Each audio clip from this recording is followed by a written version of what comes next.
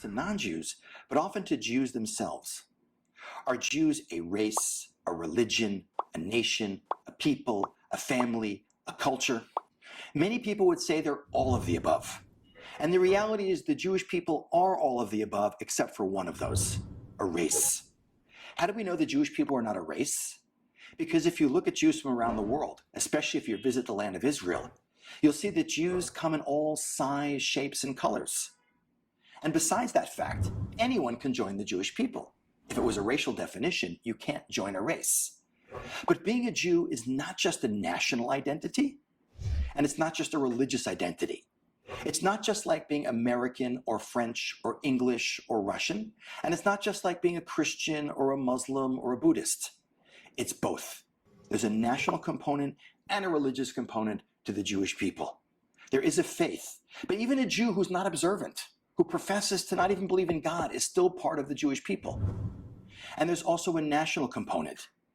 But even a Jew who lives in Israel who's not observant is still part of the Jewish people. So it's complicated, but it's a combination of both. But the Jewish people are definitely a nation. The Jewish people have a land, a language, and a history. Ironically, we would say the Jewish people may have less of those things than most nations. Yes, the Jewish people have a land, and yes, there's been a Jewish state for 70 plus years. But for the last 2,000 years, the majority of the Jewish people have lived in a diaspora outside the land of Israel. Yes, the Jewish people have a language, Hebrew. But for more than 2,000 years, Hebrew was not a dead language, but it wasn't a spoken language. Only recently has it been resurrected as the national language of the Jewish state. And yes, the Jewish people have a history. But for thousands of years, Jews scattered around the world had very different histories from each other.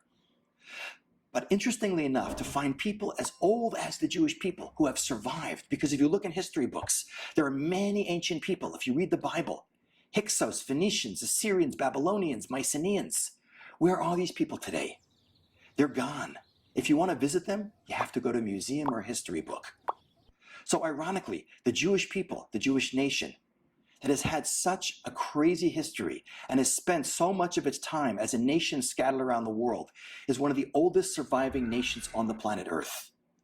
Back in the land of Israel today, after 2,000 years of exile, the Jewish people have taken a licking, but they kept on ticking.